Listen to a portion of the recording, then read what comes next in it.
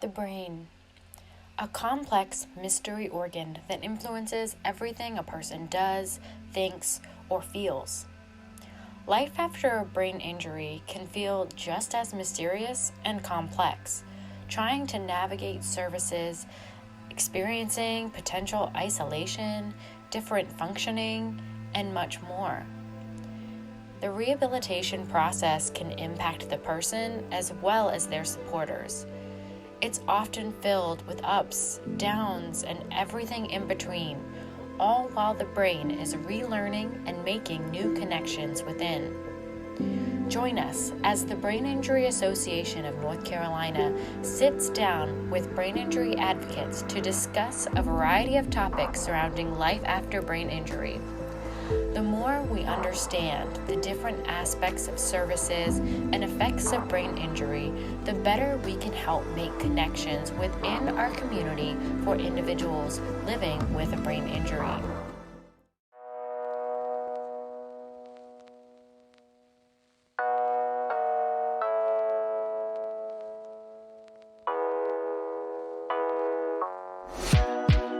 This is Making Connections.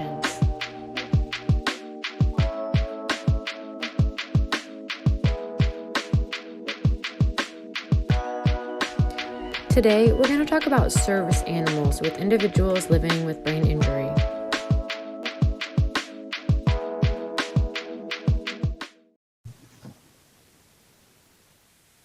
Hi there, thank you for joining us today as we talk a little bit more about brain injury, and we're going to take a look at what that means with service animals. And today we're talking a little bit with Brandon, and I'm going to let him get started and just tell us a little bit about yourself, Brandon.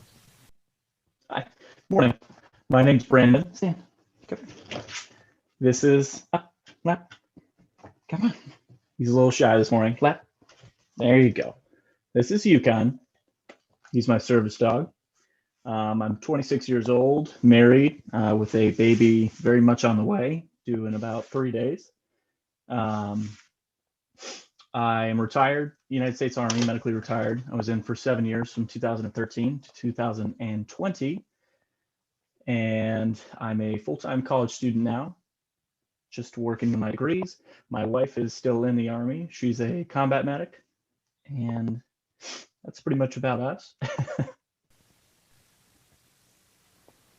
Yeah, and what are you studying? I'm a business major right now at Indiana University, and then I'm hoping to jump right into an MBA program if I can get into one. So that's the big kicker. Cool. Yeah, right. Well, it definitely sounds like you've got a lot going on. Baby on the way, very exciting. A lot of things going on. But it sounds like maybe you've gone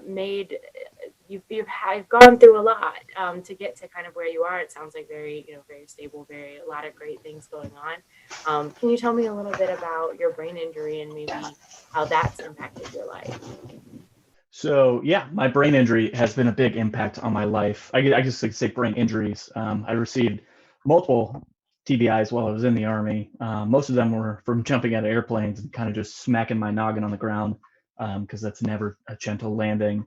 But my biggest one was in 2017 when I was blown up by an RPG. It blew up behind me on a rock face and knocked me unconscious, and I did nothing about it. And I was unconscious, got up, threw up, um, just had like really bad headaches for a couple weeks, and I was in Afghanistan on a 40-man camp, so we didn't really have a lot of medical treatment, but I was okay, so I didn't really put too much in it. And then come to months, a year later, and I'm starting to have very serious issues with it, and I realized, hey, I should probably go get some help for this. And it's damaged my vestibular cortex, my cerebral cortex, and it's just my balance is terrible. I can't stand up and close my eyes. Riding in elevators, it just completely throws me off. I have to wear glasses because I see in double vision now. My eyes are so weak; they both kind of look inward. Um, my word recall is really challenging. I work on that all the time, but every time I'm talking to someone, I'll try to find the word for something like printer, something simple as that. I'm just like, can't figure it out. And my wife's really great about it because she normally knows. She'd pick up and tell me what it is. And then PTSD, depression, anxiety, all kind of wraps into that to an extent. And I think having the TBI and those just kind of amplified each other. But yeah, that's TBIs are not very fun. Yeah, and it definitely sounds like you had a lot of different experiences. It wasn't, just one thing, but kind of all of them wrapped into one that can make kind of everyday life really challenging. Did you find that it was, difficult to transition, here kind of as a civilian, in civilian life? Was that different? So transition from military to civilian was a very big change. I mean, I left for the Army 6 days after high school, so I didn't really know anything else, and I didn't want to leave, but due to my brain injuries and I had a destroyed joint in my chest, it was time for me to go. But the I would say the level of care, losing that level of care for my TBIs, for everything really, and kind of picking it up on the civilian side was a big transition. And then especially with school too, because I started right away with school full time, and I just things that would take me 30 minutes to learn, reading a chapter, memorizing keywords, stuff like that, takes me about 2 hours now. So I have to work a lot harder. I was never a solid student to begin with, but just having trouble remembering things and processing information has made college life a lot more difficult, and it's a lot more work. But while I was in the military, I was going to a TBI clinic on Fort Bragg. Intrepid Spirit is the name. Absolutely wonderful staff. I mean, probably the best care I've ever gotten, military, healthcare, whatever. Everyone was really, really cared and did their jobs, and they ran me through everything and a lot of rehabilitation to the point where I was as good as I was going to get. But yeah, getting out and then being a 26-year-old college student with 18, 19-year-old college students and very different walks of life was definitely a transition, and also difficult too, because I could see how much easier it was for them.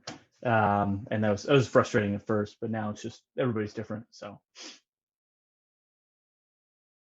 You mentioned your wife and helping you out with, word finding and all this stuff. Can you talk a little bit more about, how she's been in kind of your journey through rehabilitation and things like that, if you want to share?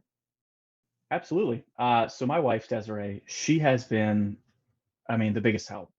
She's so patient and understanding, and I don't know where I'd be without her, truly. But just having her there, and I don't notice it as much anymore, but I mean, my parents do, and they always say something, just how much of a help she is.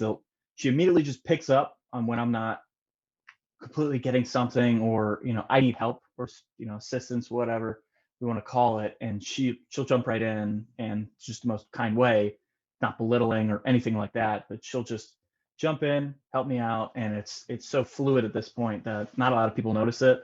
um, but I truly, without her unwavering support, I don't know where I would be today. And then of course Uconn's support too, but having a good support system was a huge difference in my recovery, I think.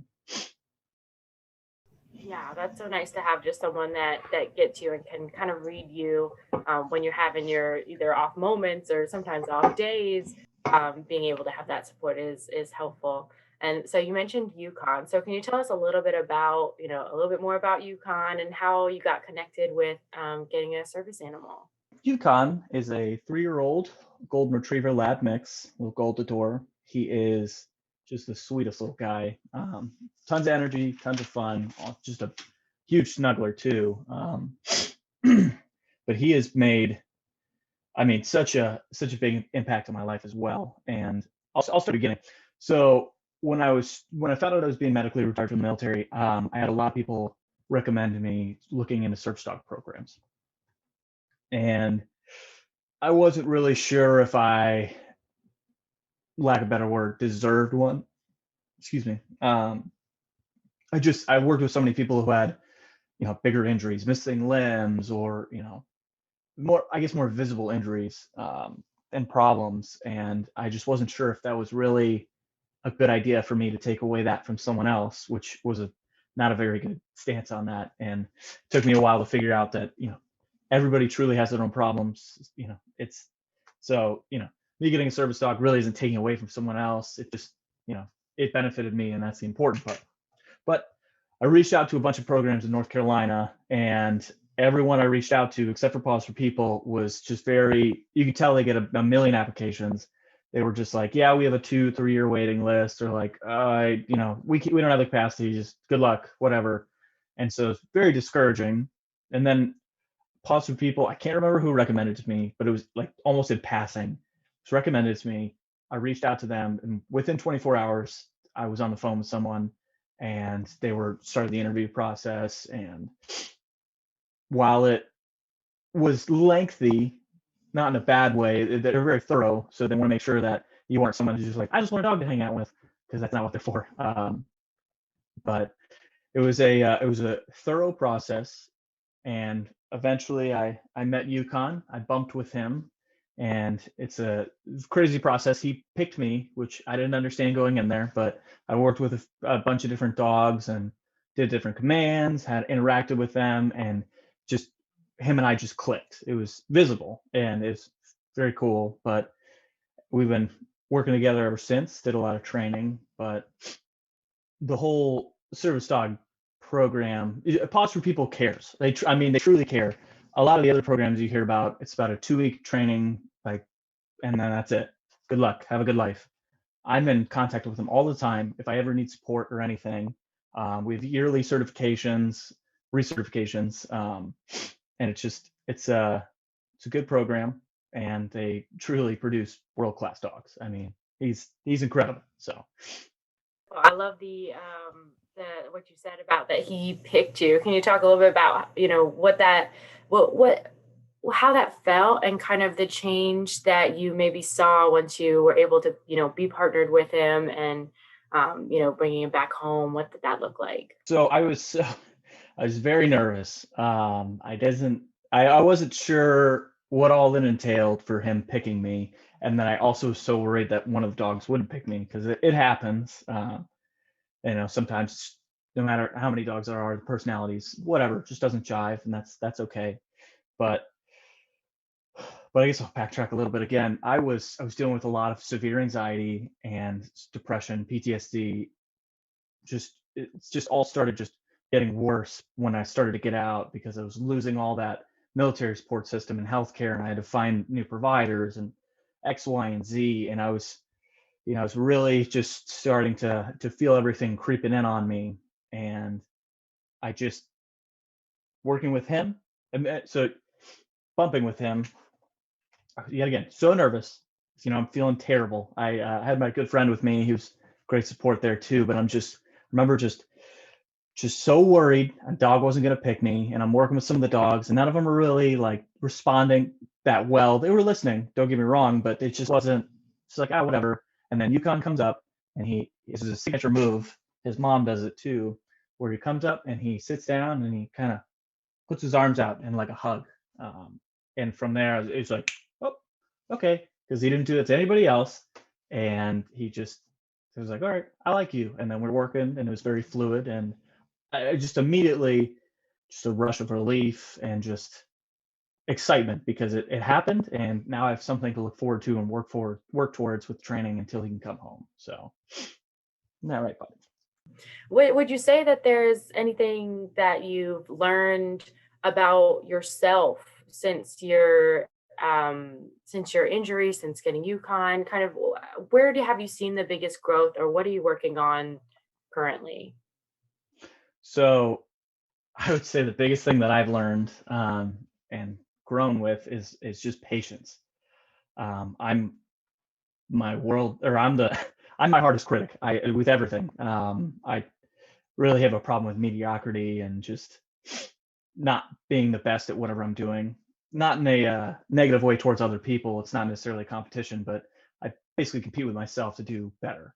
And I was so hard on myself for the longest time for having these injuries, for feeling the way I did. I felt ashamed, and just it just felt wrong. And I just, being a soldier and doing the things we did, it just, you're not supposed to feel that way.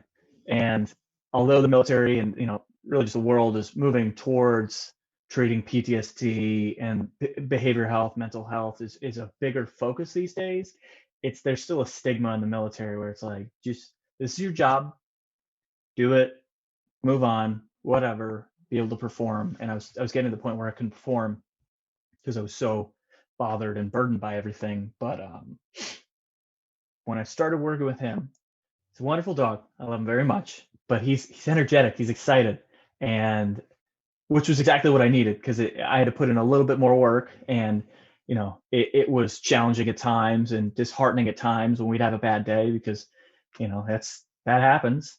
These dogs are so smart. They know so much, and they have bad days, good days, whatever. They have a lot of feelings that they can process. But I'd say learning patience was the biggest because I was able to calm down. He was able to calm me down, really, just the whole process, and I was able to figure out, okay, I'm upset. That's upsetting him. What's going on right now? Why is all this happening? Okay, take a deep breath. And instead of just pushing through like I normally do, like whatever, I'm just fine, I was able to stop, kind of figure out what's going on and be patient with him, and then more importantly with myself. And my patience has gotten a lot better since then, and my outlook on myself has become more positive. I'm less hard on myself for the majority of things, and I'm positive that wouldn't have happened on its own without him. So I don't. Who knows where I would be today? But it's patience and just self care, I guess. Yeah, I don't. I would have just still be internalizing and just been real hard on myself. So Yeah, and I think that's you touched on a lot of really just amazing thoughts there with stigma, and earlier talked about how the brain injury and mental health is so invisible and how hard it is. I think a lot of people, like you said, kind of internalize it. So what it sounds like that having Uconn and having someone to obviously you are you like to give back, and service is important to you, and so kind of having someone to take care of, to bounce your emotions off of, kind of helped get out of that sort of internal sometimes that negative thought process, and really kind of channel it more towards feeling like you're not alone. I remember sitting in seminar for the first time, and they were like, "You're going to talk to your dog all the time. It's going to help with your bond. It's going to be better for you guys. Just talk to him." And I'm like, "What do you mean just talk? He doesn't talk back. Like, how can I carry on a conversation with a dog?" And a year later, more than a year later, whenever we go out, whenever I'm just talking to him the whole time. People look at us like we're a little crazy sometimes, but it's I a year ago, I guess over a year ago, because I started this process in March of last year. I would have never done this right here. I was never a group therapy kind of person. I was very much a suffer by myself. Those are your problems. These are my problems. That's fine. And then being at PAWS for People, they do every morning for when we're there training, we do a basically like a group therapy session. I can't remember the name of what they call it, but it's not necessarily like full group therapy, go around the circle type of deal, but just talking about what happened the day before, what you hope to accomplish today, and people, they can share whatever they want. And just being there and hearing these people's just raw stories about everything, and just them truly opening up just to their most vulnerable side of themselves, showed me that I could do that too. And them doing that and hearing all these incredible stories from veterans, civilians, all sorts of walks of life, really opened up my eyes to, hey, maybe I could help. And that's why when you approached me, or possibly people approached me about this, I was anything I could do to help even just one person, because I was, I mean, it helped me, and I would love to give back and do that for someone else. It definitely helps. Yeah, and I think there's a lot of people that are, struggling, and especially with the, those that have served and in the military, and like you said, luckily it's, becoming more prevalent, and care is increasing. Has the pandemic or COVID impacted you at all? I mean, it sounds like so you just got it March of last year, which was right before kind of the whole shutdown and everything like that. Have you noticed maybe that brought you closer to your dog because to Yukon because you were spending more time with him, or what did that look like? So, well, when the pandemic started, I was almost completely out of the army, and actually, when all the lockdowns happened, it was my last weekend, and I couldn't get out because nobody was at work. That was pretty scary. I just think that's funny looking back, where I was like had my few final signatures, and I was clean out, and I had 2 months of leave, and I just nobody was there to finish, so I couldn't get out of the army, and they had no idea when they'd be back. So it's like, oh no.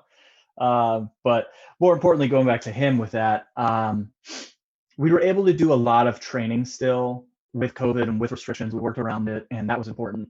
But I would say, if anything, staying home with him more was more of a hindrance because we grew together. We're still growing, but we work together better when we're out doing stuff. Out running errands, out going on adventures, doing whatever out there. Because in here in the house, we're just hanging out, relaxing, going outside playing fetch. But when we're working and pushing through stuff, that's more of a bonding experience. But once we kind of found our rhythm, where because I stay at home, I'm an online college student, so I'm home every day, and I try to get out normally once a day to go do something with him, for both of our sakes. But we kind of found a good middle ground of, okay, I need to exercise you, we need to hang out, but also he needs his space from me, which I thought was so strange because I've always grown up with dogs, and I have another dog too, Ella. She's an English Black Lab, and she could spend every waking moment with me and while she's sleeping, and that's fine. But he's like my little emotional sponge. So whatever negative feelings or even positive feelings too, he soaks it up, and he needs a break from me. I mean, I'm not a sunshine and rainbows kind of guy most of the time. Really ever, but he kind of stokes up all that bad energy, I guess you could say, um, and he needs his time away. So that was a very hard thing too. When we'd be home, and I'd expect him to hang out with me wherever I'm. Well, if I'm in the home office, whatever I'm doing, him to be there. But you know, and sometimes he does. It just depends. But he'll also go into the bedroom with very far away from me and sleep because he needs to. He needs that break from me. So that was a hard realization where, oh man, my service dog, he needs a break from me. But it's good. I mean, I need my break from everybody, so I get it. Um, Plus, he also works pretty much all night, every night. He either sleeps on the bed with me or under the bed, and he performs nightmare interruption, or just him being there really helps me sleep more. So he needs a break. That was a tough thing to figure out, but we've definitely gotten into a good rhythm now, being home, and we like being home. So COVID didn't get too much in the way, but it definitely was a challenge at first. I think that is one of the biggest misconceptions, or just not really knowing a lot about the distinguishing between, the service animal versus, a pet or anything like that. And it sounds like that's a transition. Do you mind sharing some of the other kind of specific job tasks or things that Yukon has learned to do that's helped you? Absolutely. So his disability tasks are anchoring to my anxiety. So it's when he sits in between my legs and lets me pet him. That one's a huge help, and we do that one every time we leave the house. I don't know how many times. Just mainly for when we're stopping somewhere. It's a good place for him to sit, but it's also, it's just nice to have him there. When we're shopping and I'm looking around or really anywhere, and I give him the command to pay attention, he'll let me know if anybody's just walks into either side of the aisle. He'll just kind of bump my leg. That one was a tricky one for us to get down because he likes treats, and I can't blame him. But sometimes he would just alert me and nobody would be there. So it was a little confusing. And like I said, nightmare interruption, behavior interruption. The other day, 2 mornings ago, my other dog jumped on the bed in the morning and kind of like smacked her leg on the baseboard, and just scared. I jumped right up, and immediately he was right next to me. He kind of just like not jumped on top of me, but like kind of like, all right, sit back down. Like it's just Ella, sit back down. And then he kind of laid on my chest. And he's never done that before, but it's funny the way he does different things, because in that moment he reacted, and it wasn't aggressive. It was just, he wasn't like, get down. It was just kind of like, you're fine, which was great. Normally he'll when can't sleep and I'm just kind of rolling around, he'll come up, and if he's not already laying on me, he'll kind of like lay on my legs and be like, just stop moving. I'm trying to go to sleep, in a comforting way. But really the biggest thing he does for me is just companionship when I'm out doing whatever, or even here. It's just knowing I have him to rely on. And no matter how stressful the situation is, or how much I want to leave or whatever, he's here. I'm good. I'm gonna be okay. And if I'm not okay, that's fine too. But I've learned to just really not push through and do it, but work through and be able to get everything done that I need to get done without, just breaking myself over it. Because like I said earlier, I mean, I used to just break through. I hated going to the store. I hated doing shopping.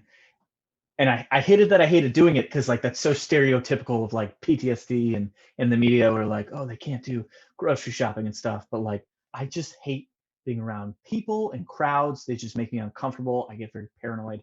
But with him, it's like, whatever. Let's go to Harris Teeter, get our grocery shopping, and we're fine. Um, but yeah, that's the biggest help. And then also, he's my little therapist. Talk to him about everything, and so it's good to get some things off my chest. It's of course it is for everybody, but it's just knowing I'm talking to him, he's listening. He may not fully understand what I'm saying. That's okay, but I'm getting it out, and he's there, and he still loves me. So we're doing something right. Absolutely. I love that he just sort of, it sounds like he feeds off your energy, and now, he's been able to just understand kind of your stressors and be able to even adapt. Like you mentioned, even though it's not a specific disability skill, he is able to, just feed off of that. And that is really just something great. I'm so glad that you're able to find Uconn, and Uconn found you, bumped into you. That's really wonderful. Makes me happy. So, as we kind of look towards the bigger picture and things like that, so what advice would you give to people that, maybe right before you found Uconn, or anything like that? What advice would you give to others that are maybe having struggles with their brain injury? What would you say to them? So seek help. I mean, there's no pride for a lot of military members, and civilians too. I'm sure it's pride gets in the way of everything. There's no reason you shouldn't be getting care. If I got care immediately after I had my brain injury, I would probably be a lot better off physically. Probably wouldn't have as much damage and issues that I'm having now because of it. But going to get help even after was a life changer, and it helped me really cope with what was going on, and it made my life significantly better, my quality of life, and also for him too. I mean, just putting aside the pride and not being afraid to just do what's best for you, because nobody's going to look after you like you look after you. And if you're not looking after yourself, then what's going on? So I'm glad I made the jump and the leap, and it was very out of my comfort zone. And luckily, I had a lot of support along the way. But that's the biggest thing, is just going to get the help, and then also knowing that you're not alone. I mean, there's so many people with similar issues. Not everybody's the same. Everybody has their own issues, and it's all different. But knowing that there's so many people that you can relate to helps a ton too. I mean, talking to all these veterans from PAWS for People and just hearing their stories, and not comparing, like, oh, this guy had it worse than me, or oh, this guy didn't have it too bad. That's not how that works. But just hearing everybody's different stories, and we're all there together. That's the biggest help. So if you think if you think that you can do something to make it better, whether that's going to therapy, getting treatment for your TBIs, getting a service dog, whatever the case may be, do it. Look into it. Ask somebody about it. Just take that step. Otherwise, you're never going to go anywhere. I know I wouldn't have. So It's not really funny, but sorry. Yeah, no, I mean, it's sometimes that's just the reaction when you're have no other words, that you said it all. Really, in terms of just take the first step. It's such a hard step, so it's hard. It's easy to say, but like you said, I mean, it's just the results are worth it, and kind of getting out of your own self and head and negativity, and kind of just sort of looking past that and seeing everyone else's story can be really really just enlightening, I guess. So, and what do you want others, maybe without a brain injury, or just the general public, maybe to know about either people with brain injury, military members, service animals? What would you want other people to know? I guess as far as TBI, it's just more awareness on like, because it's the injury most of the times you can't see. Almost every time you can't see. People look at me. I'm a younger guy who appears healthy, and no real disabilities or ailments or anything, and then they see me with a service dog, and they always just assume I'm training him, um, and they never assume that he's my service dog. He's working for me, and that's fine. It's I feel like with social media and the way everything is nowadays, where everything is just information is at everybody's fingertips about everyone, right? And so when you can't just figure something out immediately, that like bothers people, and then they have to ask about it, which is super rude. And it happens to me at least once a week, where someone comes up and they'll be like, "Oh, you training him?" Or like, "What's up with this?" And a stranger, never met him, and I'm like, "Oh, he's my service dog." No, I'm not. Well, we're always training, but no, I'm not training him. And they're like, "Oh, well, what's wrong with you? Why do you have a service dog?" And it's not really a polite thing to ask somebody.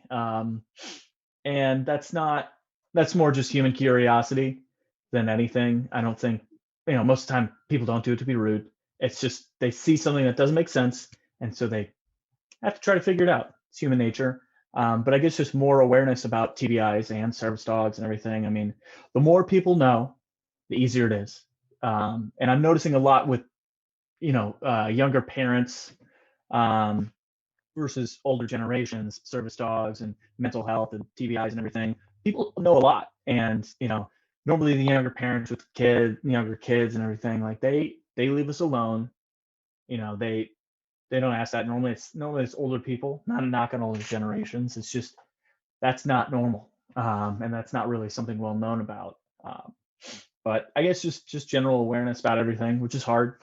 But seeing how difficult things can be for people with TBIs and everything, it's it puts a new perspective on things. I know it certainly did for me. So So would you prefer if people just sort of let you do your thing? Is there a polite way to ask questions that you found, or is there, what should people do if they see you out in the grocery store with Uconn? so I mean, the best thing people can do is just ignore us. Not like a mean way, like, "Oh, don't look at this person," but just like, "Oh, okay, yep, there's a dog in Walmart. That's fine." And just like that's the best when people are just like, "Yep, that guy's just going about his daily life. That's fine." Now I do have people ask me all the time about stuff, and I guess just asking just general questions. So not like, "What's wrong with you?" That's pretty not nice, but being like, "Oh, I don't understand what's going on. Like, what's he doing right now?" Or like, people that just politely want to learn more. That's fine. And asking to pet service dog is a tricky thing, because I don't let people, if they come up and they're like, "Can I pet him?" I'm like, "No, we're working." And sometimes like he gets excited. He loves meeting people. He's a people person. But when somebody interacts with him and distracts him, it takes away from him working. But if someone is, casually approaches or doesn't make a scene, and, I know that it's not going to interrupt his work, I'll let people pet him all day. That's fine. I guess just coming at it gently, and also quietly. You don't need to whisper, but I can tell you how many times in a grocery store or wherever someone will yell out like, "There's a dog in here," or like, "What's that dog doing?" And you're just like, "Come on, shut it down." Like, what are we doing? But I guess, yeah, just being courteous and think about the other person's feelings. I definitely feel bad sometimes. I don't ever yell at people or anything like that, but and I try not to ever snap on anybody because, like I said, human nature to be curious about a dog at Walmart. That's totally fair. But I don't want to feel pretentious about it and give the organization or service dogs or anything a bad name. So I try to be as I guess tactful as possible about it. But I mean, really just being polite and just understanding that that dog's working. That's the best way to go about it, I think. But everybody's different. That must be so hard. It's like you have a higher kind of like weight on your shoulders when you're just trying to get groceries just like everybody else that's in the store, Yeah. and things like that. That must be really, really challenging, especially when people are not the nicest for sure. So that's tough. And so as we kind of wrap up, I want to ask a few things about just sort of what are you most, this might be an easy question for you. What are you most looking forward to in the next, year? So next year, I mean, my son's going to be born hopefully on Monday. They're inducing on Monday, so hopefully it's quick for my wife's sake. And I'm just really excited to have a son. He's our firstborn, and just kind of like adapt and figure out this new role of being a dad and being a full-time student and having a service dog. And my wife's going to go back to work, and I'm going to be stay-at-home dad. Kind of, we're going to put him in daycare, I think, for some of the days. But being stay-at-home dad with a service dog, it's it's definitely going to be a challenge, and I'm excited for the challenge of learning how to do it all, especially with him. So, going out in public with a baby Bjorn and him on my chest, and I'm walking with Uconn, people are never going to not stop to talk to us, which is, let's just say, like, it's a little frustrating. But yet again, I understand. So, I guess just adapting to the new roles with Uconn's help and my newfound patience. Um, I think that's going to be my biggest leg up here for it too, because that's all the advice I get. Just be patient. New baby, be patient. So yeah, we're all excited for it, and I just I look forward to growing more with Uconn and you know just working together and working together as a whole family and a team. So Wonderful. I wish you all the luck. It's definitely a lot to juggle, but I think that I think that you can handle it. You sound like you've got a great team with you for sure. Um, is there anything else that you want to? I'll kind of give you the last word. I don't want to be morbid, and I have a smile on my face, but I was not well for a while. My wife could see it, my family could kind of see it. Granted, I don't really live that close to a lot of my family, but I was mixture with the TBI and PTSD and everything like that. I was not doing well, and going back to what I said about just go get help, and it's for you, and that's you got to do it. I I don't know if I would be here today, truly. Yet again, not to be morbid, but I probably would have ended my life because it was going down that road. And I used to think about stuff like that 100 times a day, every day. First thing I think about when I woke up, last thing I think about before I went to sleep, no matter how hard I tried not to. I was so overwhelmed and lost, and I had no idea what to do, and I just taking that step and working with others and just letting yourself be vulnerable so you can get better. I mean, that's my biggest advice, and just my biggest point of this and why I want to share. It's not so people feel bad or anything like that for me, or my story matters, but it doesn't matter. It's I could have been another statistic. I've had I don't know how many friends in the military that have committed suicide, and it's the epidemic really. Um, but moving away from that and self-harm and anything like that, and just focusing on actual treatment and getting better, that's the best thing you can do. And mixture with the TBI, because having migraines almost every single day, and just before I got my glasses figured out, my eyes were all messed up, like just the mixture of feeling terrible, like my body feeling terrible, and I'm all fuzzy up there mixed with everything else. I couldn't have done it without help from others, and especially Uconn. So just get help. Just take that step. It's a scary step and it's hard. It's definitely worth it. And my wife can tell you the most about it. She's not here, but once a week she'll tell me, I'm so thankful you got Uconn. You can't even, I don't know if you could tell, she's talking to me, I don't know if you could tell the difference that it makes, but you're the person that I first met again, for the most part, versus the person that was falling down that road. And, we're both just so thankful for that. So I appreciate you, advocating for everyone else. And, I appreciate your time and having this talk. So, but get help if you need it. Just get help. Don't be afraid. Absolutely. Thank you so much. I really appreciate it. We'll put some resources and links for veterans and suicide hotline help in the description below.